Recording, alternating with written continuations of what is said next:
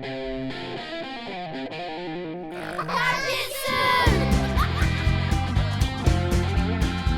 guys, let's do a bow and then let's get running round. Yes, good hustle, keep it going. Are we listening? Are we listening? Hello again, welcome back.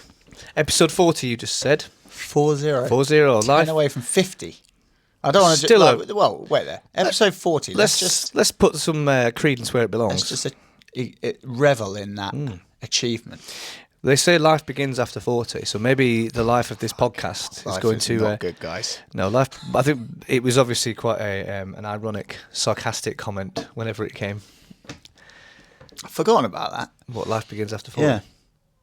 I've heard, I think I read somewhere, I don't know whether this is true, but it's to do with the vestigal virgins, and they took a vow of like celibacy and stuff until the age of 40, and then for their commitment to the church, they were then free, which is where the term comes from, I think. So we haven't. They done just that. went on a fuckathon. They just went on after a fuckathon. They were snorting coke off the arses of male gigolos and making up for lost time. Think on. There we go. Fact for the day. Potential fact for the day. Yeah, potentially total bullshit. It's good coffee. Good coffee. And in a really nice cup as well. Thanks, Quality Sophia, mugs. for your lending of the cup. That's it. Polaris. Polaris, indeed. Great event. Yeah. Polaris 33, I think it was. 33 it was, yeah. At something hall in Croydon, London event. Cracking. There's been a lot of, obviously with the CJI, that's been a big team tournament, but I think the Polaris team events this sort of go round have been just really exciting to watch. The women's one was great. Yeah. The last one, the European versus America one, was good. This one was like maybe the best one. It was so good. Yeah. Lots of exciting stuff. Like we said, because Lucas Kennard came out and beat a few guys, and Just the format. and I then think the format. Let's just talk about that for a second. Yeah, for because sure. the format, like CJI, was a good event, but obviously it wasn't as good as maybe it could be. And I think the format let it down. I think the rules let it down. So, and we sort of mentioned last week or the week before that we thought the Polaris one was the best. And again, I think this just really cements that. I think having a decision for every match is amazing. Definitely. Weighting the result with different points is a great idea, because again, like, it encourages you to go out and submit the guy. If you submit a bigger guy, you get 3 points. Yeah. If you submit a guy of the same weight, you get 2, and if you win a decision, you get 1. Like that's encouraging enough. Like, do you know what I mean? Like, Definitely. that's going to make you work hard. Yeah. And all the guys out there, it was just really good. Like, you just can't fault it, really. The energy was good. The tactics and things. And if you think about it, like, the teams in it are kind of amalgamations of, no disrespect to Polaris, but just sort of people that they can get. Like, they're not actual teams. Yeah. Do you know what I mean? Whereas in CJI, I know there were some amalgamation teams, but like Atos was like an actual team. New Wave was B team. Daisy Fresh, like, they were actual teams. So if you had actual teams in that format, it would be so good, wouldn't it? And all of them sat on the side of the mat talking about who's going to go on next, and like coming and celebrating together. Like, can you imagine how good that would be? Yeah, because you've already got that camaraderie of them being an actual team, haven't you? Rather than a bunch of world class guys put together. Yeah. Not that that's a bad thing, obviously. Because the event was amazing anyway. Yeah. All the matches were good. The energy was good. Like, everything it's- was good. But I feel like Yeah. it would be even better Yeah. if there were actual teams sat on the sideline. Every time got a win, they're like celebrating and hugging. Like, do you know what I mean? Like, Yeah, for sure. it would be like really good. Yeah, definitely. It's just such a well-run, well-put-together event, isn't it? Like, even the prelim card, like the 2 rounds format. Yeah, I like that, and I'm it's looking so forward good. to competing in that rule set. Yeah, it's kind of because, I mean, especially at your level, when you're used to competing at higher number rounds, a 5-minute round is quick, isn't it? It is quite. Do you know what I quick, mean? yeah. So then at least if you get the guy, I don't know, gets the number on you early on, you can't quite get out, and then the bell is you get another bite of the cherry. which I think is really cool. Yeah. And I saw you could see that run out with some of the guys that were matched up. It was like, you could see they were trying to get something off, but the other opponent just managed to get on top of them and hold it through for the round. It was like, and having that second attempt is a really cool thing. Yeah, I think it's cool. Yeah, I think it's definitely adds a different tactical sort of quandary to the match. It's not just go out and win a round and do your best. It's like, it's ultimately you want to go out and try as hard as you can straight away. It requires a little bit more fight IQ sometimes, doesn't it? Yeah, but like you say, if the first 5 minutes doesn't go your way and you've been trying as hard as you can sort of come back in and you think maybe you got to the point, maybe you got to your A game and it wasn't working. Yeah. The other like maybe you like to play De La Riva or whatever. Yeah. So you come out, you pull straight into De La Riva. But the other person's just got the answer and they pass your guard a couple of times and you think, oh, my A game's like not what I needed to do against this person. Yeah. I've got another round now. I can either double down on that and think I'm going to make it work and I'm going to try really hard. Yeah. Or I'm going to come out and completely change up my tactical approach. Yeah. Try something different. That's interesting, isn't it? Obviously, you can do that at any point in a match, but sometimes it's hard to do that, to sort of make that switch. Definitely. Whereas you need to going back and sitting in, talking to your corner, and they go like, "What you're doing ain't working. This is what you should do." Sometimes, okay, fresh approach, start again. Let's go. There's that moment of evaluation, isn't there? Yeah. That 30 seconds, a minute, whatever it is in between rounds, like you say, where you can be like, you can make some decisions. I think when you're in it and you're under the cosh or whatever, it's a lot more, as we all know, it's very difficult to make that decision, isn't it? I tell you what was a great example of using that break really well and coming out, and the commentators called it really nicely. It was in the last round of the main event, Tommy versus Owen, and the commentators said, they were like, Tommy needs to come out and pull guard. He's going to come out and pull guard, because I think he'd done that in both the things before that, and like, he doesn't want to get launched, and Owen needs to come out and just do a blast double before he pulls guard. So because I think the previous round had been quite close. Yeah. But Owen had done a really good job of pinning him in the passing. So the bottom player, Tommy, hadn't managed to get anything going. So they were like, if he can get blast double before he pulls guards, he's already up on the scorecards and he can just hold him down. Yeah. And he did exactly that. He just came out and slapped, boom, and just blast double. And I was like, man, that was nice. Just started slowly sinking into arm triangle. Yeah, I mean, that match for me, Tommy looked off. I don't know what's happening with him at the moment. I've heard some things. What, personally? Yeah, just about the way he's living his life and things. But that's just, fifth hand information, and I've got no idea whether that's true or not. Yeah. But everyone could probably look at that match, knowing him and his caliber, and think, something wasn't right. However, I don't want to take anything away from Owen's performance, because he played the game perfectly. Yeah. He wore him out on the feet, and when he went to the ground, he was doing your sort of camping, inside camping, outside camping, J-point camping, perfectly, which if anyone's ever been underneath someone who's good at doing that, is very fatiguing. Yeah, right? Right here. It's very fatiguing. It's horrible. And it's very hard to blast on his guard, but in that third round, he just literally jumped over his guard. And that was purely on fatigue. Yeah. Do you know what I mean? Definitely. By that point, the guy with the world-class guard, if you're that fatigued, your guard is not world-class anymore. Yeah. And he just passed his guard, and I just thought that was a beautiful display of using camping to wear someone down over time, make them less dangerous, and then eventually pass. And then he got into the mount position. The arm triangle, I thought, looked weird. Didn't even look on. And he was in a weird angle, wasn't he? It was a weird angle. We went to the Owen seminar, and he taught an arm triangle, and it was a slightly different way of finishing it. And I remember I just couldn't get my head around it. I was doing it with Cole, like the head coach, big guy, good jiu-jitsu, and I was just like, it's just not on. Like, I'm not feeling it. And Owen came over and showed it to us, and he did it, and it was just so tight. And I came away and I said to Cole, I was like, I think the difference was that his biceps are so big. Cole's not a small person, but his biceps, compared to Owen's, they're not quite as big. Yeah. Sorry, Cole. And I was just like, it was just so tight. Yeah. And I can only imagine how strong he is to be trying to survive. Even a half on version of that kind of an arm triangle. That's props to Tommy really. Yeah, but I think Owen looks a problem. He was always good, but there were certain areas where I thought his jiu-jitsu just like when he got to the ground, basically, I always thought like he's not as good as like his stand up.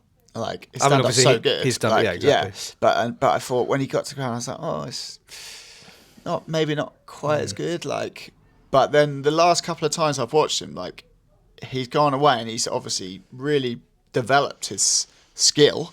And the application of that skill, and he looks good. He looks good. He moves very fast for a light heavyweight. Yeah, he looks like he'd give anyone a really good match. Yeah. Anyone of the top level guys, like a good match in that division. And he's always got that scary throw potential in the tank. That Uchimata to whatever he's hoisted right up. It's not just the judo, is it? Like his wrestling. Oh yeah, it's like he's kind of amalgamated them beautifully. He has. He's got sort of like a judo sort of. What's it called? Greco sort of style. Like it's really just excellent. But yeah, I was really impressed with his groundwork. Really impressed with his tactical approach to the match. His calmness. Yeah, very good. Like it's a big shame that he wasn't on Team Europe. Yeah, he should have been. For sure. He should have been there as the heavy guy. Who knows what the future holds? No disrespect to the Team Europe. Like no. They did great, but like I think Owen, should have been in there. Yeah, I mean, like we said last time, who knows what the future holds with all the controversy about CJI and the way it all played out. Have you seen all the stuff with Moneyberg and like Craig offering him a match and saying he'd throw the match for him and things like that? This is turning into WWE. It's funny, isn't it? And I do believe that those messages probably are real, and probably Craig would have thrown the match, but like everyone would have known. Like it wouldn't even. It's not like everyone's like, oh my god, he was throwing the match. It's like when I watched the Chael match, I was kind of like, is this even real? Honestly, I thought the same. Was he out? Because he was out, and then he sat up really quickly and looked fairly with it. Yeah, when you've seen someone that's out, you've been out. Like you're a bit kind of away with the fairies, but he sat straight up, and he was kind of it's like, and then it happened again. Yeah, it was just like, this feels like pro wrestling. Yeah, it was weird. Feels like pro wrestling. But whatever. They were trying to put a show on if that was the case. But yeah, no one was there to watch Craig have a serious match. No. I mean, he fought a woman the previous time. Yeah. Do you know what I mean? I guess that's the point of that, isn't it? But it's not a serious match. So whoever he's going to take on it isn't going to. So the fact that he said, I'll throw the match and you can win in your socks. It's hilarious. In his socks. This whole socks thing is hilarious, isn't it? But I think Moneyberg thought he was like releasing like the fucking Epstein files. And everyone was going to be like, oh my God, Craig's he's throwing the match. But it's like, everyone was just like, Craig, you've stepped up again. I didn't think my respect could get any higher, but it's gone up again. It's so funny. Yeah. Who knows, man? Who knows? But I mean, going back to Polaris, really enjoyed it right the way through to the end. Spoiler alert for any results. Yeah, Lucas came out, took down 2 guys. Was it maybe? I haven't watched the first half, so apologies for that. But I did watch the second half. But so I understand it. I think he won 3 in a row. I think it was maybe 2 or 3. But then he got to the point where it was 12-6, and then Gabriel Souza's second run happened. Yeah, and he ran through some people. I think he submitted Tommy Yip. Yeah. Which fair play to Tommy Yip. That's a big step up in competition. He's very good local sort of UK scene, but he's never really stepped up to that level. And I thought he looked good. Yeah. I think he just ended up taking his back. It was a super quick finish. I wrote them down actually because it wasn't quick. Memory. One of them was fucking quick. That was against that Japanese fella. He's been on Polaris a couple of times. He's a big guy, Toko. Oh yeah. What's his name? Igor. Yeah, Igor Tanabe. Yeah, that guy. I think he stepped in pretty quick. Heel hook. Super quick. And then his next match that he won, I think it might have been on points. Yeah, but he took it to 1 point difference there from 12-6 down, and then he won, and then he beat Tommy Yip, and then took it to 12-all. Yeah, it's like fucking fair play. But then Kenta came out, who just looks so good. Yeah, it's thick and he's strong. He did great wrestling. A couple, I think. And it was just. I just thought it was just an excellent event. Yeah. The undercard is really good. Like. I think the thing is, you need to sort of be in the UK scene to appreciate the undercard. Yeah. If you're probably watching from abroad, you're like, I don't really know. Like maybe you know a couple of the names who are like towards the headline of the undercard, if you like.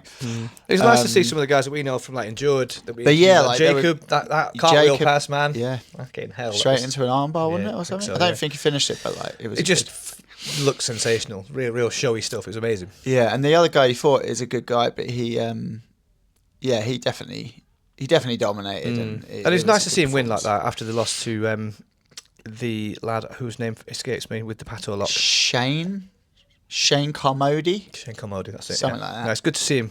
Sean Carmody. Yeah. Anyway, It was good to see. Yeah, good to see Jacob get. Yeah, good run, he deserves a win. He's going to be big in the future. And he's just such a good showman. You know, I think that's doesn't feel like it's forced either. He just loves it. Yeah, I think yeah. those are the guys that are kind of just fun. Yeah, just fun to watch. Really, really good at what they do. You know, and with this you know, the art of it, but they're just really good at being a showman as well. It's cool. Yeah, there was him, Bobby Lane. He had a good match against a Los Banditos guy, I think. And they were both wearing exactly the same clothes. And they've got very similar hair. Haircuts, and they're both sort of tall and slim. One of them, luckily, had leggings on, and the other one didn't. So that was the only way you could tell them apart. The commentators were saying that one. They were like, "God, this is a hard one to call." Yeah, that was a good back and forth. Probably a fair result. Andy Roberts versus Jamie Scott from 10th Planet. Yeah, good match. I thought Jamie dominated the match really and got a good win there. Yeah. Good to see him back out competing. Yeah, Pia Hagen, she lost to Tara Thornton, I think. So again, up and coming ladies there, sort of playing their trade. That was good. And Owen's wife looked really good. Yeah, she fought someone that was on the Quattrolineus that we went up to. I can't remember her name, can't remember them either, actually. But yeah, something like that. But she looked great. Similar kind of like just wrestling pedigree. Yeah, you know, just real thick and strong and good win for her. Like, I think she's probably a little bit better than that other woman. But it's good for her to come on there and win, because I think the last few times, I believe, I might be wrong, that Owen's Miss was on there, she's had a few tough matches and I think she took a few L's. So good to see her sort of come out and get the chance to get a win. Definitely, yeah. I'm trying to remember who else on the undercard. There were some really good matches. There was Yassine Morris. Yep. He fought in the gi against... I didn't recognise the name when he came out. Another really good guy who's a young guy, purple belt, but he's really good. He's been around for ages. His name's on the tip of my tongue. Issa something, Monstro is his name. Yassine won. I was like, wow, that's like, I didn't expect him to win that, but he won it, and I was like, wow, fair enough. Like, because that other guy's really good. Yeah, what was the win again? I remember it being quite a memorable move, but I don't remember. Can't quite remember it. I don't remember. Oh. But yeah, he looks great though. Yeah. It's like as a purple belt. Yeah, that's what I mean. It's terrifying. Isn't it? High level, isn't it? And I don't know how old they are, because they must be under 18. I think he's 18. I think he said I don't know, because I think they're in that. I saw that the Ikigai Invitational thing, have done like a juvenile division for like $2,000, and he's in that. Right. So I would say if you're 18, you're not juvenile. You're not juvenile, no. He's obviously. Give me a sec. He's so I think he must be 17. Yeah. Just get me water. Yeah. Yeah, man, the competition scene at the moment is just blowing up. The level's getting higher all the time, isn't it? The level's getting high, but what I mean is there's so many good level competitions. Like there's so many like shows now that like we've noticed it in the diary. Like almost every month, I'm like, I'm going to go either compete or coach at a competition, and multiple times a month. And it's just like it seems to just exploded. Like. It's mad. I think it's all evidence for the thing we've been saying ever since this podcast started about Jiu-Jitsu's exploding up, man. It is good. It's good. I think the argument that we're in an echo chamber is kind of dwindling as you look around and you think because the competitions there seems to be more money flowing around these competitions, doesn't there? There seems to be, but you can tell by the way just everything's set up. There's just more money there. Like I know it's a difference between Polaris and CJI, not a money thing obviously, but. Just you can feel that it's a well-oiled machine with Polaris, you know? If Polaris was in America, I think it would get way more credit across the board. Like it does get credit. Yeah. Like a lot of the time when people talk about the top competitions, they will mention Polaris, but sometimes they'll like when like there's whole argument about like the UFC and like contracts and stuff. Like a lot of the time they're talking about UFC, who's number one, so Flow's event, and ONE FC. And they're like, oh yeah, these are the three big events. But I'm like, but I feel like Polaris needs to be added to that list. Needs to be included in that for sure. Because even though it's in the UK, like, it's been around longer than all of those events. It's obviously not. Well, longer than UFC, BJJ. Longer, I think, than ONE FC. Right. Certainly doing grappling. Yeah. And longer than Flow. So I wonder if they'll ever put an event on in the States. And they still put on like bigger. Yeah, I don't think they should. You think it should keep to the European thing? Yeah, I think it will. I think it kind of might dilute it a bit. Yeah, don't know. Maybe I'm wrong, but like, do you remember when Grapple Fest did some shows abroad, and Polaris have done them abroad as well? They did one in Sardinia. Yeah, of course. And I remember watching a few of them and always just thinking like, oh, it's just not quite as good as when it's in the UK. Yeah. Home soil and all that. Yeah, I don't know. Maybe I don't know. Yeah, but yeah, it's a weird one. I feel like it doesn't quite get the sort of respect that it should get, like across the board. When they talk about big competitions, that should be always one of the names. You know? Yeah, I agree. Yeah, it's such a well-run event, and they've just got the rule sets and stuff locked down, haven't they? It just works. Yeah, just worked into, and they're doing the same thing that like the CJI was trying to do. They're just pushing the action, but they seem to be doing it in a much more effective way or efficient way, I guess, you know. Yeah, I guess they've worked well. Yeah, and I guess they've learnt lessons along the way, like Matt was saying, you know, about the rules, and it just seems like it's just like I say, it's like a well-oiled machine, isn't it? Definitely. I'm just going to try and look up the latest UFC BJJ card because actually the cards are starting to look a bit better now. Yeah, is this 3 just gone? It will be 3. Yeah. Yeah. Let's turn the old Wi-Fi off. Incidental music should be playing now. Crazy. BJJ. Right.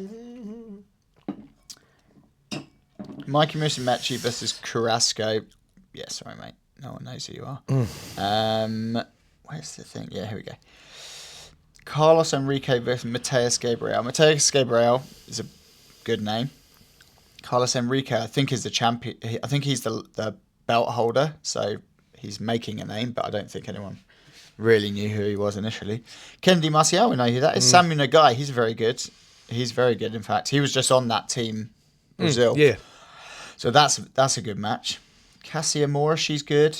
Don't know who Alex Enriquez is. Jensen Gomez, he's a big name. He's very good. Gustavo Batista. So that's a good match. Two big names. Andy Murasaki, big name. Andy Varela, big name. Yeah. So it's getting better. They're adding people to the roster, and it's getting a bit more. I guess it's naturally going to take a little while. I mean, they're going to have a leg up, obviously, because they're already a very well-known, very big organisation. But it takes time, doesn't it, to add people contractually and all that, and yeah, it's difficult. Yeah. And obviously, there's like you just said, there's so many big, well-established grappling organisations. It's all going to come down to money, I guess, isn't it? Yeah. And what's in the contract for the individual.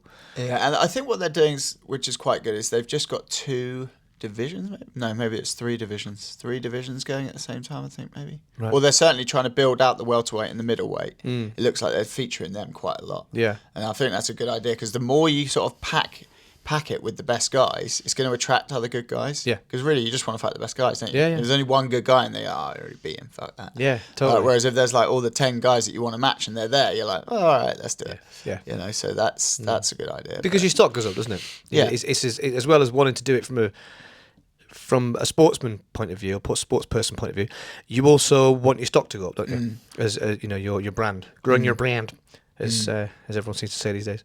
Yeah, your personal brand. Yeah. Me and my brother-in-law, this was pre-kids, so we're talking, I reckon about 11 to 12, no, probably about 12 years ago, we went on holiday to Sicily.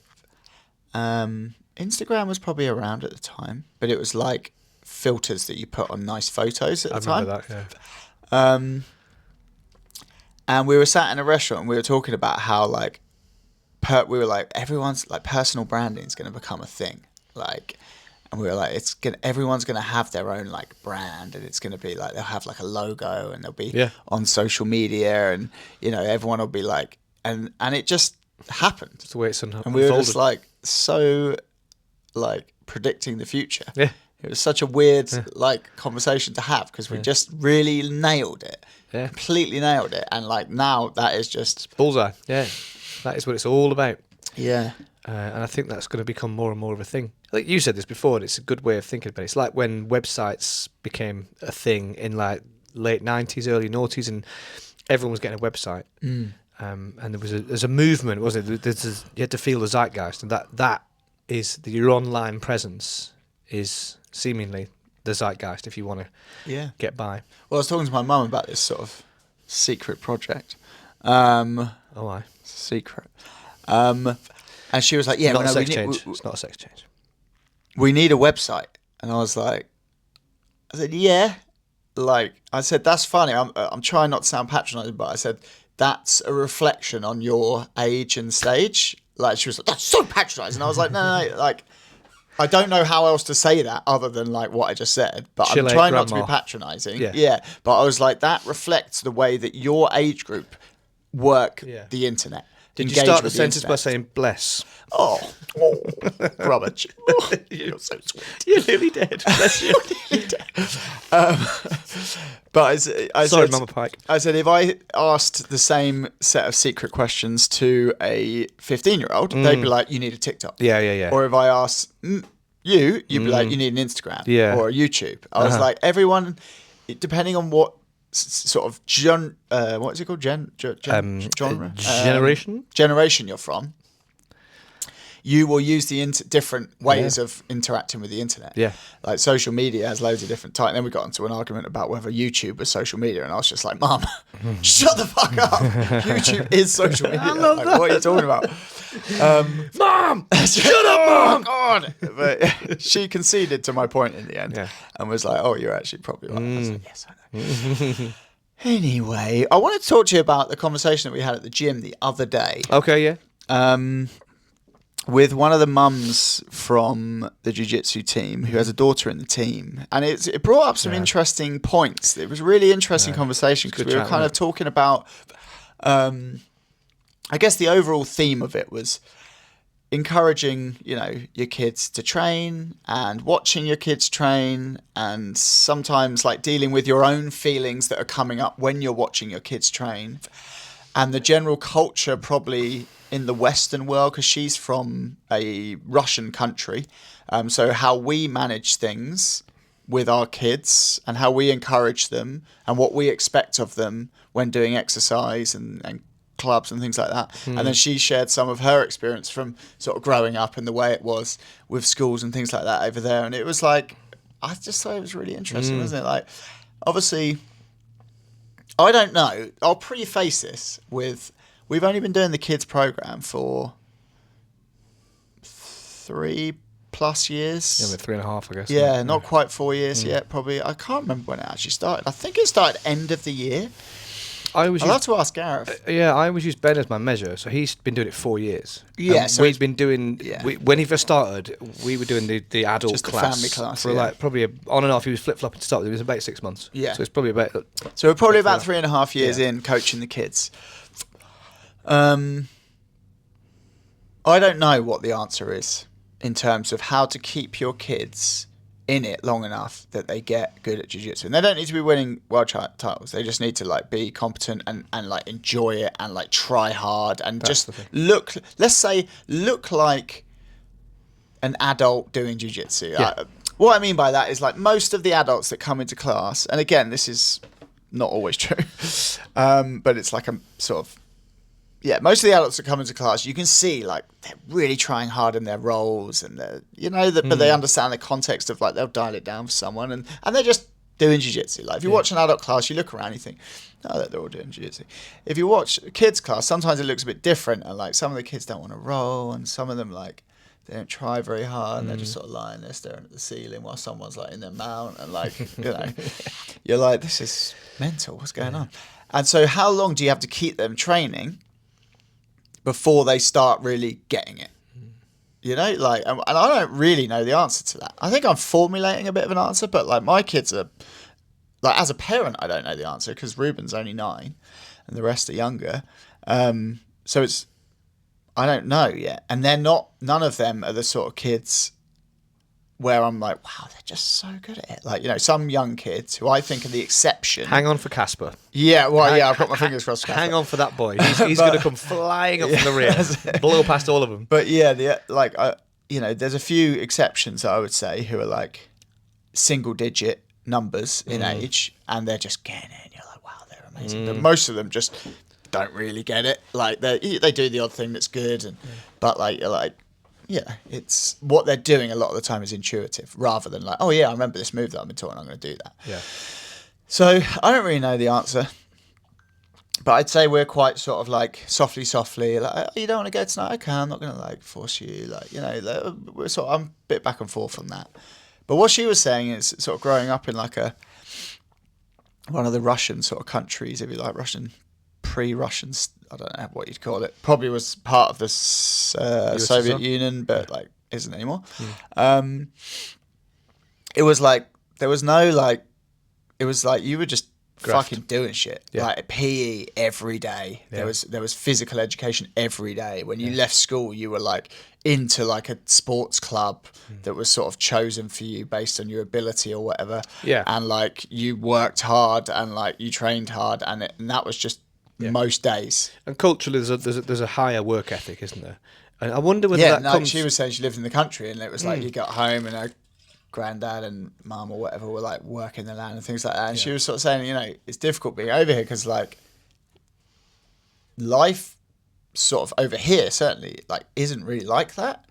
So do you then instill that value that you've got from your upbringing and you make life like that for your child because you're like, I think this is actually a positive thing, so you are going to do exercise every day and I'm going to kind of force you to do it, try and get you to like it, but they might not like it, so then it does become kind of forcing them to do it. It's a knife so then edge, isn't it? It's difficult, isn't it? But then, like, let's sort of reflect on like the Dagestanis and all those sort of like Russian states that do really well in like wrestling and MMA and things like that. And a lot of those kids, like, they're training every day, hours and hours every day, like, and maybe at certain times they're being forced to because they would, if you said to them, you've got a choice today. You can either play Xbox or you can come and train. Some of them would be like, fuck that, I'm playing Xbox. Like, but they don't get the choice. So they're sort of passively being forced to do it, if you like. Maybe. Like, it's not like they're being like, you've got active and like just the culture is saying like, you got no other choice, mate. And they're like, oh, okay, I don't really want to do it, but like, what else am I going to do? Yeah. So whereas over here, there's so many choices. I think that's part of it. I think it's the geographical, culturally the geographical element, but also just that there's a generational element as well. Yeah. Certainly for who we're talking about. But I don't know. I mean, I've never been to Russia, but it seems like there's a lot of places that are like poorer and there's the life is a bit harder. So it in some cases may well be like, well, you can go to jiu-jitsu or you can help us On a farm. whatever, graft on the farm or whatever it may be. And actually going to jiu-jitsu is like the Xbox where they're like, that's the better option because it's more fun. Whereas over here, we live in such a place of abundance and a generation of life being really easy that it's quite easy to just sack off something that's hard for a screen or whatever version of that, a phone or iPad or Xbox. So yeah, maybe that is an element to add into it. There's a more of a potential for that kind of pleasure-led stuff at that level. I don't know, but then there's still plenty of kids. But what is the right balance thing to do? Like, could you say? I mean, I could run this experiment with my own kids and be like, right, Ruben's gone too far, so like he's going to get the option. I'm going to be like, if you want to come. If you don't. Louis, let's say I'm going to like kind of force him to come twice a week. And Casper, I'm going to make him exercise every day. He has to do it. And like run an experiment and kind of like see what happens. I think that's the right way around. Well, that would, in terms of their personalities, I think Casper would probably respond more positively to being pushed than Ruben. I think Ruben would probably resist if he was to be pushed to exercise every day. I don't know. It's difficult because Casper's only 3. Yeah, I think they would all like to exercise every day, but then like it's a weird one because in our situation, I feel like it's not that they do like exercise. They're not averse to it. Like they like it. They like activity. They're boys. They like doing stuff. Yeah. but it's, I don't know. I don't know what the right answer is. It's like, I guess it's I want them to be really good at jiu-jitsu. it's probably an individual approach. It's got to be, even within your own kids. You know your kids the best, but I think, like I said, with Ben, because he does have a propensity to push back if you push too hard. Louis does. Yeah. Louis, like, if you push too hard, he'll just turn off, and then you can't get him back. Yeah. Whereas Ruben won't. Ruben's actually a bit more like a dog. Okay. Like, you can sort of like Manipulate him a little bit. okay. Oh, really? Okay. Like, Yeah. he's sort of been trained in certain ways that I can like talk him round quite easily. That's interesting. Yeah. Like that. Come here, boy. Here, boy. Where we go? Mate, I envy that. But Yeah, neither of my kids do that. Yeah. I remember. Maybe you just need to learn a better whistle. Maybe, but Maybe it's your command that's not helping. I've tried loads. Just get a little dog, like the Manchurian Candidate. Yeah. I think so. I remember one of the things I remember reading, and it was from one of these parenting books. Was like, well, if when they're little, if they don't want to do something, give them a choice that's restricted. So it's like, well, we are going out, but you can wear your red coat or your blue coat, sort of thing. And I tried that so many times, and Ben was just like, neither. I'm not going out. It's just like, it's almost like, I know what you're trying to do. The system. Yeah, I know what you're trying to do. It's not going to work. Yeah. So I'm very much taking like a sort of, not a hands-off approach with Ben, but I'm just sort of like letting him coast along at the moment, enjoy turning up and seeing his mates, and he's training well now, isn't he? He's starting to get to that kind of slightly mature. There is, like, if I had like 2 years off of coaching and was like remembering Ben how he was 2 years ago to now, like, there's massive change. Yeah. Massive difference. Yeah. He's not, doing laps. He's to the place. asking, like, he's not always concentrating, but like he'll drill the move. He'll ask me a question about it, which shows that he was listening in the first place. Absolutely. And like, it's not just like, what are we doing? Yeah. It's more like, oh, like, can I have some help? Like, I'm struggling with this bit. Yeah. And I'm like, oh, okay, that's good. It's very telling. Whereas some kids are just like, what are we doing again? And Yeah. you're like, mate, I just literally spent 5 minutes showing. Yeah. Like, Yeah. what And are they're we just doing? lying there. Yeah.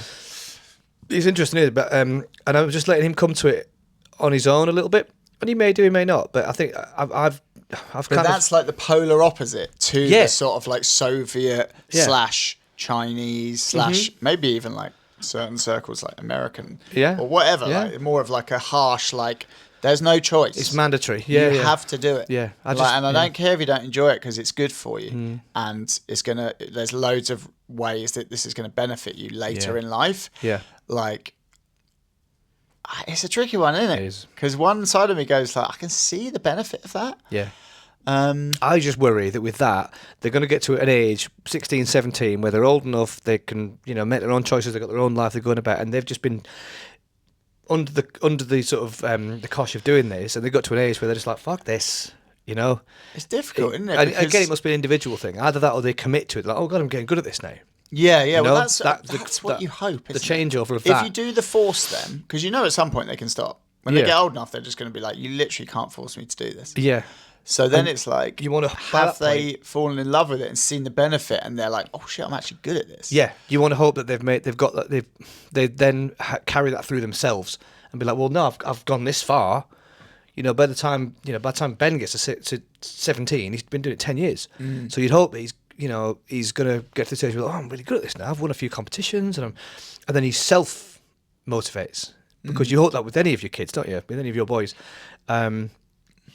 But it's getting there, because it's a knife edge, man. Like all parenting, it's a tightrope. You're like, did you push just enough, just enough so that they motivate themselves? But you don't want to push too hard, but then you don't want to pull back too much. Be like, if you don't like it one day, just quit. You don't want to create that kind of culture. No. It's like I guess what we're all trying to instill in them, even if they don't end up doing jiu-jitsu, is a good work ethic, and that's what the mum was saying. She said she was from a farming background, wasn't she? Yeah. And she said her granddad was out 18 hours a day working. She said, what was funny is, she's got a really good work ethic with, she trains at the gym, and she's trying to impress that upon her daughter. And she said, what's funny is, because we talk about the fact, it's monkey see, monkey do, they watch what you do rather than they listen to what you say. And she was like, well, but I never saw my granddad out working. It's like, you knew he was out there. You knew he was working. So the knowledge that he was coming in tired and dirty from working. I think what she was saying, she never had examples of people that exercised frequently. Yeah, but it's the work ethic that she carried, and she applied it to the gym, jiu-jitsu, whatever. That's the real important part, isn't it? Yeah. Because you can apply that to everything. Yeah. Every working life or anything where life is hard, you can be like, well, it's all right. I've struggled through many other things before and got through to the side. That's such a golden nugget of an element of your personality that we all want to try and cultivate in our kids, don't we? However they apply it. We had a conversation the other day, didn't we? How every generation has got a little bit softer. Yeah. And I think you can, obviously we don't really know that well to comment on that pre-1900, but we remember our grandparents who were probably born in the early 1900s. And they were usually quite strong, closed off people, but especially the men. Tough. Yeah. And then our parents, probably a little bit more open, but quite maybe they're not necessarily you wouldn't be oh, they're really tough. Maybe they are, but they're quite good at just keep going, resilient sort of thing. And then you got us who are probably a bit less resilient, but we're all right, but maybe a bit more fragile than our parents. And then we got our kids who it's difficult, isn't it? Oh, the Xbox won't load. That's what I mean. Or we're seeing people. Why is my life so bad? Or we're seeing the younger generation who are a little bit too old. I mean, they could be our kids, but in their 20s, and you're sort of having conversation. You're thinking you are a bit fragile. You've never had actual. Yeah, hardship. obviously not everyone. Disclaimer: Yeah, some of you course, are fucking legends, but obviously, I take the student class. So I've taken the student class for the last 5 years, and every year, I'm they just get a little bit more entitled and a little bit weaker. I saw a funny post online about this. Not everyone. No, it's always a general comment. I saw a funny, and it was a series of quotes throughout the ages, and it went right back to BC. Right. And each one was an older generation talking about how the younger generation don't know they're born and they're work shy and they're lazy, but it goes right the way back, hundreds, thousands of years. So I think that's kind of it's probably a cliche. It's very, very normal for the older generation to kind of bemoan the new generation because you don't know how hard we had it, etc.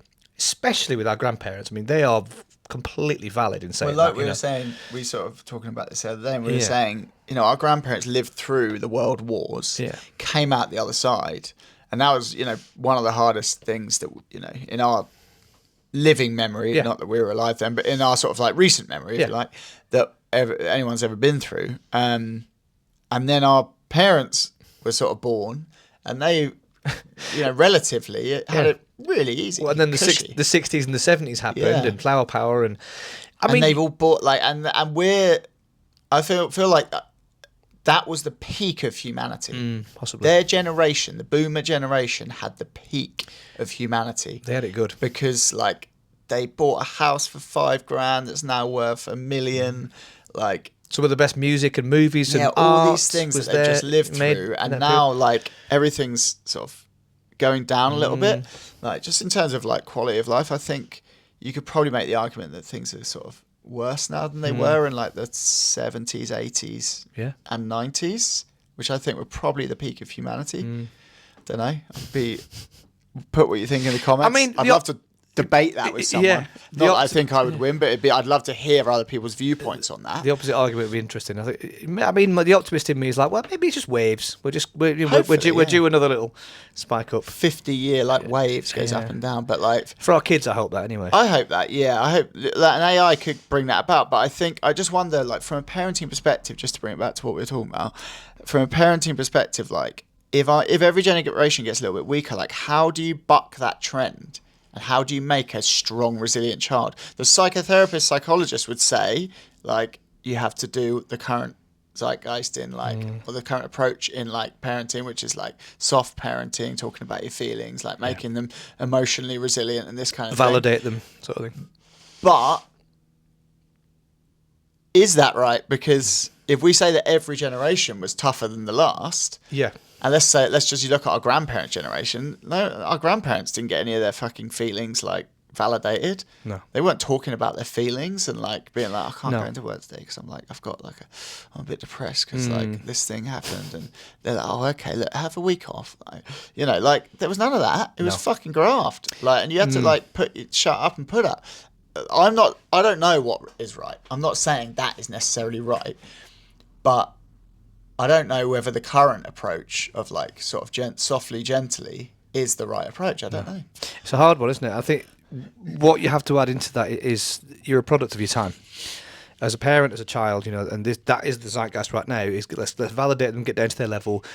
Because we've got all this data on the generation previously, we're all in fucking therapy because of all their trauma, you know, sort of thing, or past trauma, whatever it is. So I've heard that a few times, but to say that, that's quite a sweeping statement, because it's like, I'd be really interested to hear like the sort of previous generation that have pretty much all like died out now, that were born in like the early 1900s, when they were like in their last 20 years of their life, like, were they like, if you said like, give me like some happiness scores, like how like happy were you with your life, and are you generally happy, do you suffer with anxiety, all these sort of things, like,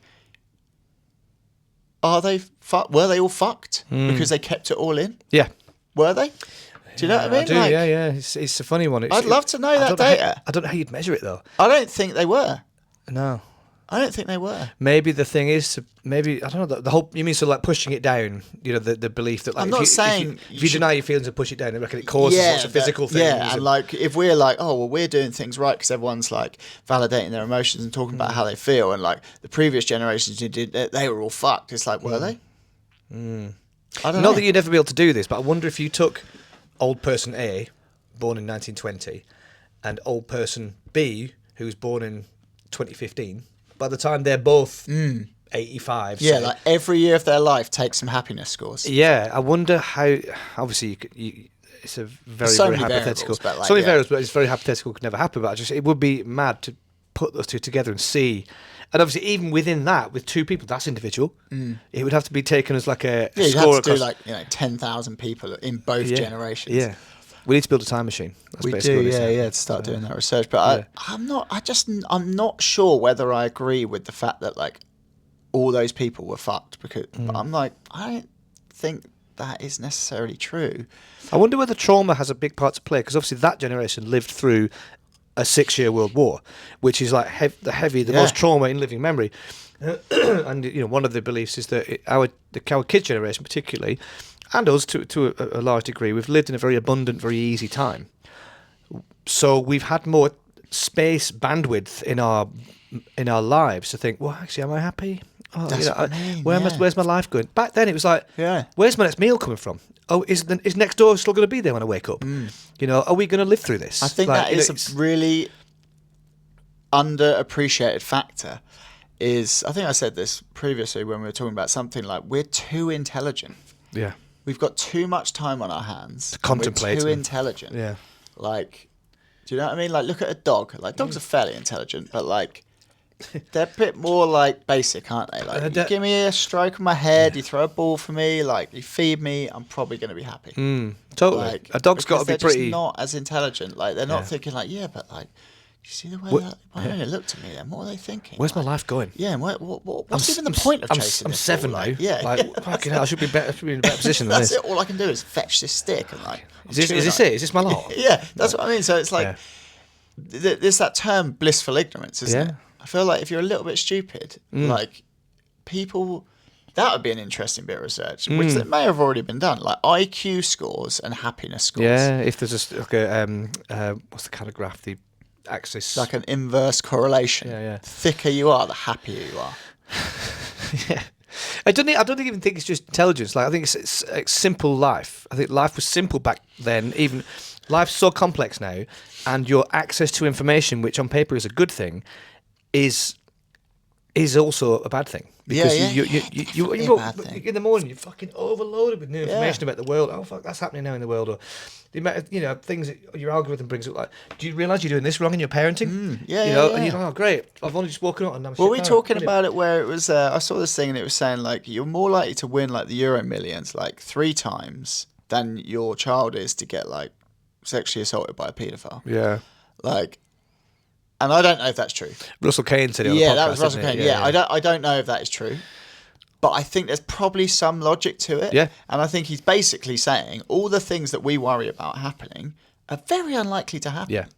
And like when you hear about it happening, obviously that is terrible. Yeah. But like you didn't hear about the 100 million times it didn't happen. Yeah. Like so, but the problem is because we're all in each other's pockets and we can just share things, and the algorithm shares things that are interesting. You're being bombarded like this person was like sexually assaulted, this person, this person. But you're like. So you assume you're it's like fuck. Like, you assume it's everywhere. Kids out. Yeah, but really that was like the 5 times that it happened across 1 billion people. Like I'm just making up numbers. No, you're right. You know the point I'm trying to make. Yeah. And I was saying this to the wife, like, you know, we're so concerned about like the kids coming to harm that we're sort of like, maybe we are like over babying them. Maybe that's part of the problem now, is that like, you know, we won't let them play out the front because we're like, yeah, but what if someone comes on? I'm like, the child, like, and I feel that way, but also I'm like thinking like the chances of that happening are probably Pretty slim. very slim. Yeah, even in like a city where where it's there's lots of people, and 100%. I don't think there's any more paedophiles, say, than there ever was. It's just as you say, but global news is now much more of a thing, and the global news gets sent to you through the funnel of your phone. Whereas back then it was local news on TV and national news, and then maybe you'd find out there's some crazy story from the States or whatever. But now you're getting global news thrown at you all the time. Every bit of news is being like scraped up by the algorithm, so it might be local, family, global, international, national, whatever, all scraped up, and the most interesting things, shocking things, really, always the way, are being popped through into your phone. And it's just like, so your subconscious is like, fucking hell, this is happening all around me all the time. And it's, totally, man. It's a good point. I think. But it comes back because we'll say things to like our kids. Like, what was one of them was saying like about like not doing something because like it was dangerous. And I was like, well, look, if you go by that logic, like you'd never leave the house because like you know, you'd never get into a car because the car might crash, which is actually like the stats on that are like pretty compelling. But then by that logic, we should be like, we should let our kids just go out like Ruben. He's like he's 9. Just let him go down the park and it'll be fine. I mean, we did. Yeah. That's what's crazy, man. There's more cars on the road now. I wouldn't let him do that. No, I wouldn't. I feel like maybe I'm wrong for that. It took a lot for me to start letting Ben do it. Bear in mind, we lived on the end of a farm track, but there's a road at the end there, and he was probably about Ruben's age when I was starting to let him do it. And it was like, the first few times I was standing at the gate, and I was just standing there thinking, you're a fucking helicopter parent. What are you doing?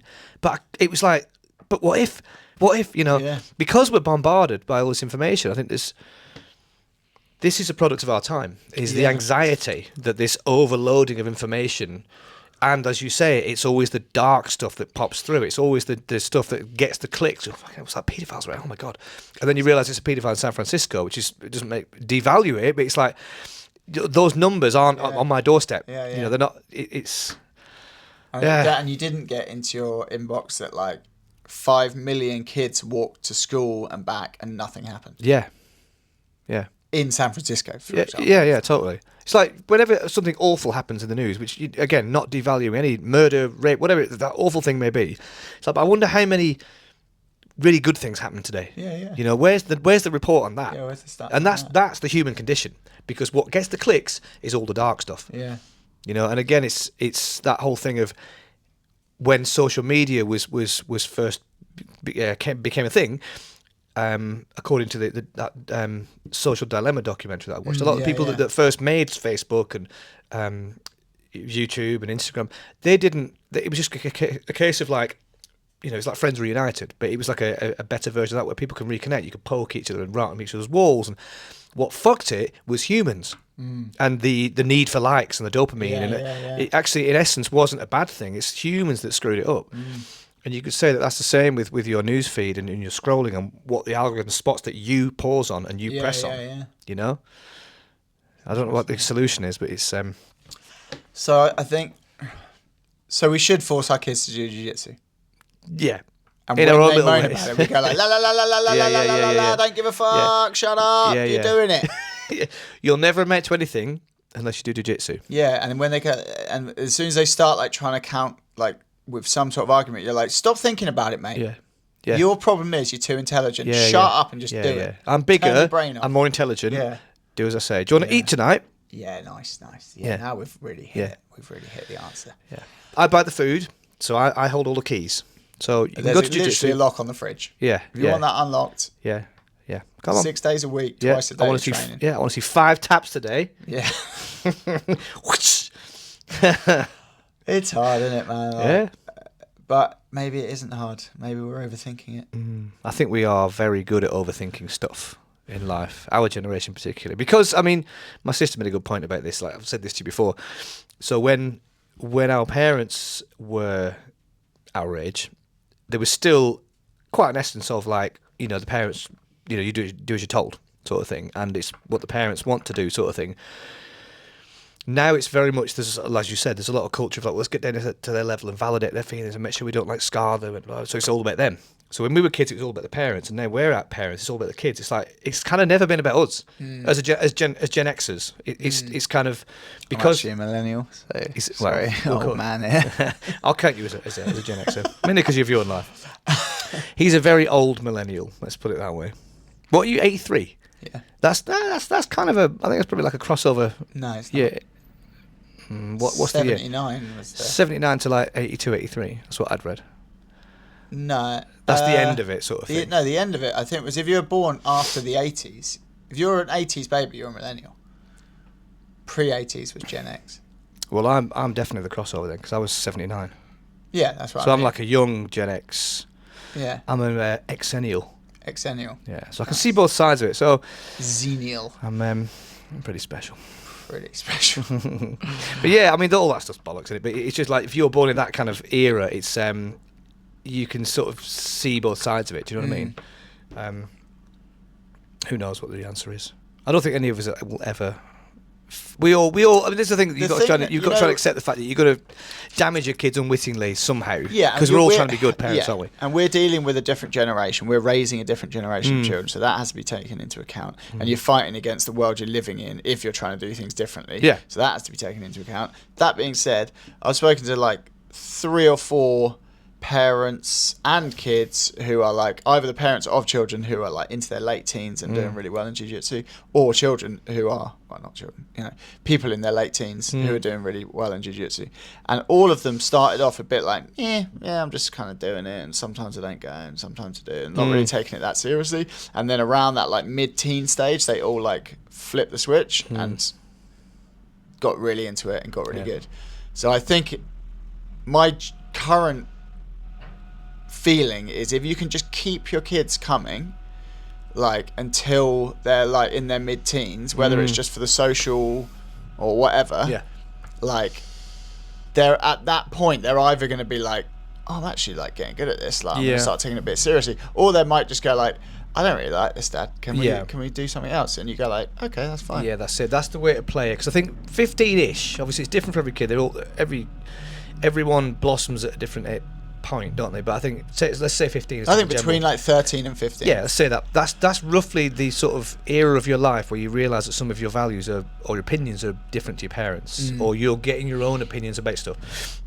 So you're a smart ass. Yeah, you are, because you think you know everything, don't you, at that age? And I think then it's like that's the crunch point of whether you make the decision to carry on something like jiu-jitsu, or you've discovered girls, or you've discovered football, or you've done whatever, you know, you've decided you don't want to do it anymore. That's when that comes in for you as a person, and you just hope that we've instilled enough manipulative techniques in there so they'll carry on. Up to that point, shaming them. Yeah, totally. Shame and blame. It's shame and blame. To that point, I've got a funny story. My sister has got a funny story, but my nephew is really, really into football. And really, he's one of those kids who's just like all in on whatever he's into.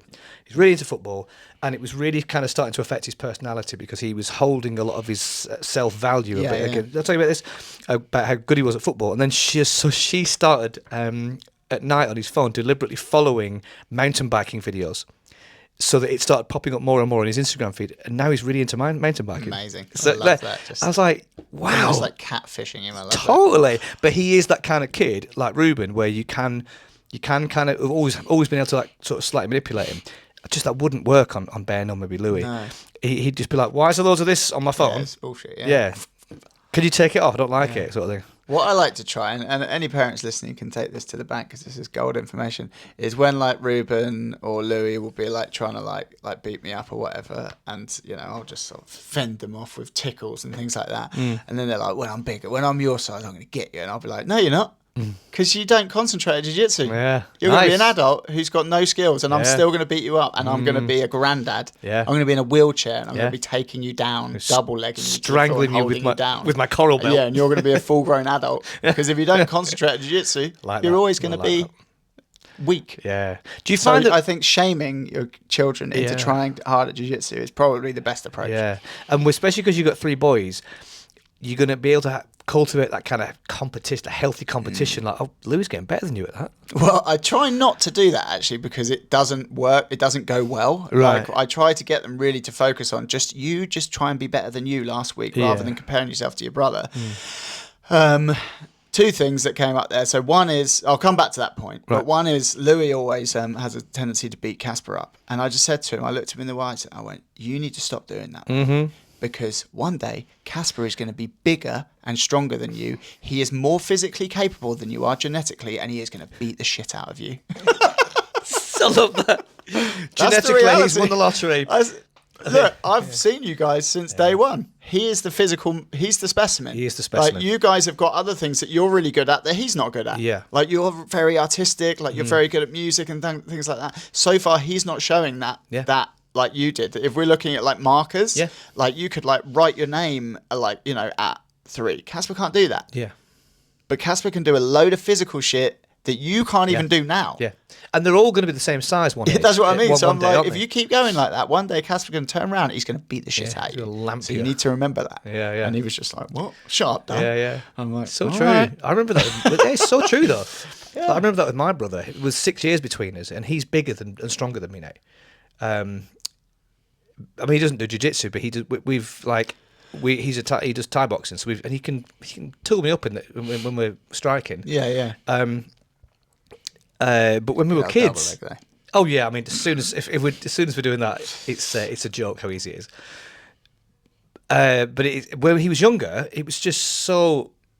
It's so because you think a 12-year-old and a 6-year-old. Yeah, yeah. It's like it's not even a competition. It's not even but then as you get older, you get to like your mid-teens, early 20s. It's like you're both men. You're grown. Well, coming back to the competition thing, whilst it seems like it, and I think actually there have been some studies about like cohorts of families with multiple boys and the way they're really competitive and how that leads on to success. Like Elon Musk is a good example of that. Okay.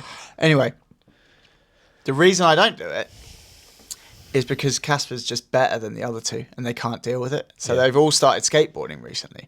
And so we go down the skate park and like they're all trying to learn to drop in the like curved ramps. They're called transitions, like a mini ramp or a quarter pipe.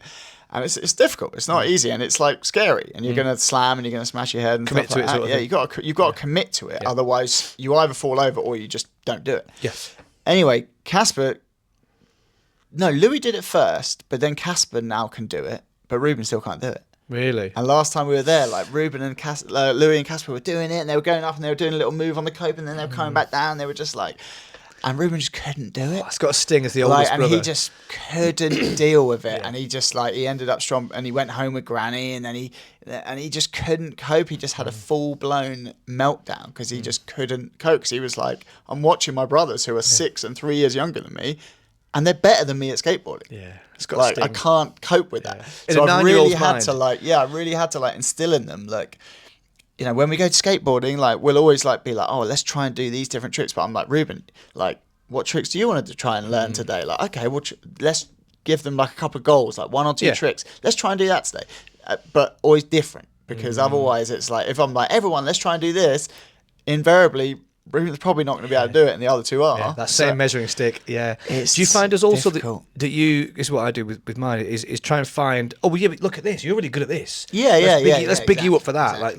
You're the best at this. And so, and there are a couple of moves Ruben can do that the other 2 can't do as well, so I'm like really focusing, like, oh, well done, mate, you did that, that was really good. You have to do that, don't you? Because when they're little, you're your self, your, I don't know what you call it, but your sense of yourself is quite fragile, isn't it? Yeah. And it's very malleable. And it's very malleable, and it's a lot of it is based on how your parents kind of respond to you and things like that. So I'm really keen to sort of big up when they do things that are good, and and remind me if they're doing things that are not healthy or not useful, either sort of trying to correct it or being like, mate, you need to fucking sort that out. Yeah, again, that's a little tightrope in itself, isn't it? And you can carry that through, to bring it right back to coaching. If you have that sensitivity to even just an individual kid in a team who is, with his peers or her peers, whatever, and they're not getting a certain thing, you have to tailor it to them a little bit, don't you? Like, where's getting yourself better than where you were last week, etc. Rather than comparing yourself to this kid who's just got attributes that mean it's easier. I suppose it's just getting it. He's just a legend. Yeah. And it's some of it will be genetic, but some of it will probably also be like an osmosis, watching his bigger brothers doing things. There's a bit of that. There is a bit of that, but you can just see it's genetic. He just got the physical genes. He just got the movement genes. Yeah. He's got good balance. He moves well. And it's also he's got that mentality for just repeatedly trying something until he can do it. Yeah. Interesting, isn't it? Louis got a bit of it. He's in the middle. And Ruben's not got that Ruben's got really good doggedness though. He'll just keep trying. He'll keep trying. And he's got it's his mental side. He'll just keep going. Just keep. That's going. good. That's a good. Yeah, which is his aspect. which will take him far. But yeah, it's funny. But I wonder whether the genetic thing is a two-pronged thing, where you've got the physical ability more easily for Casper, but also you're into physical stuff. Yeah, and he wants to keep up. Like the boys are both into physical stuff, the older two, but and he wants to keep up with them. So that is a factor. Yeah. Oh, they're skating. I've got to learn to skate. Yeah. They're skating. I've got to learn to skate. Yeah, for sure. Yeah. Interesting. Funny. Yeah, and also because you've got 3 boys. Yeah, they're all just the same. It was funny actually. Louis, I find it really hard to coach him at jiu-jitsu because he just doesn't listen to me. Right. And then he'll just do whatever he wants. He's just got his own mind. But the other week, I've seen him get thrown in a headlock 1,000,000 times by this one kid. And I'm like, if I watch him get launched in that headlock again, I'm going to lose it. So I was just like, we were on our way, and it was only me and him. And I was like, right, before class starts, I'm going to show you how to defend that headlock throw. Okay, because I didn't say it because you shouldn't be getting thrown like that. But I was just like, I'm going to show you how to defend it, and we're going to do it. And he's going to do it because every time you roll with him, he does the same thing. He just comes out straight away, grabs your head, launches you. And so it was simple. I didn't overcomplicate it. I was like, as soon as he grabs your head, you connect your hands around his body, and you just drag him backwards. So let's just easy. I'm not going to look at tripping or anything like that. Let's just make it as easy. And he did it 3 times in a row. Amazing. Didn't get thrown like that. And I was just like, yes, mate. Fucking come on. He got submitted by armbar 1,000,000 times. But I didn't show him how to defend against that. Yeah. But that was the first time I've managed to get through to him and and I could see he was buzzing about it. So it was little landmarks like that. And it's great to see that because a lot of the time what they want is your approval, isn't it? I find that same with I'm trying to get that across where I'm just you don't have to be good at jiu-jitsu. You have to just try your hardest in the session. And if I can see I'm going to give you a high five, I'm going to say that was a really good session, boys. I saw you tried your hardest. Yeah. You were listening, you were helping other people, and you're trying your hardest. That's all I want you to do. Yeah. You don't have to be good. Yeah, definitely. Those are really good values. I kind of have the same in mind. It's if you are, especially if you're listening to the coach, you're showing respect, and you are trying, and you're being a good training partner. You can't ask for more. Yeah, that's it. They're going to get better on their own. The rest will just happen. Totally. People will say getting a black belt's hard in jiu-jitsu, and it is, but the majority of it is you just got to keep turning up. Yeah. And if you keep turning up, and you've got a good attitude in class, eventually you will get good. Yeah. And I know this, but then I had this realization in my head the other day in relation to the kids, and I was just I just need to keep them training for 15 years. And they will be good at jiu-jitsu. Yeah. Even if they don't carry it on. Yeah. They will be proficient in all areas of jiu-jitsu. After 15 years, even the most physically retarded person should be pretty good. Yeah.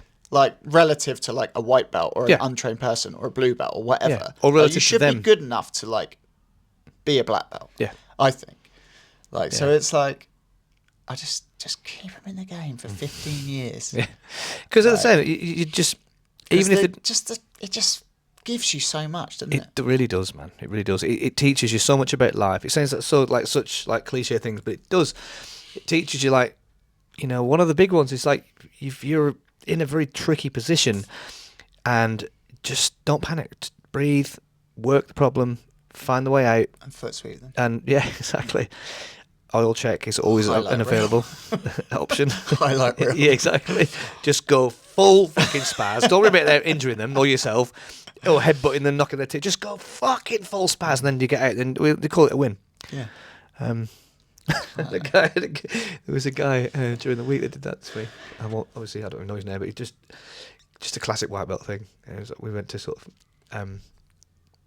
I think it was like King of the Hill restricted sparring. He was like, "Oh, just let's go a bit slow because my back's sore." I was like, "All right," and then he fucking came at me like his life depended on it. It's just like, "All right, well, we'll do that." Did you make him pay? Yes. Out of respect, you know. It's all part of the journey, It's all buddy. part of the journey. I was that guy when I was a white belt. On that shocking note, we'll call it a day. See you next time, guys. All right, guys, let's bow there and then we'll call it a day.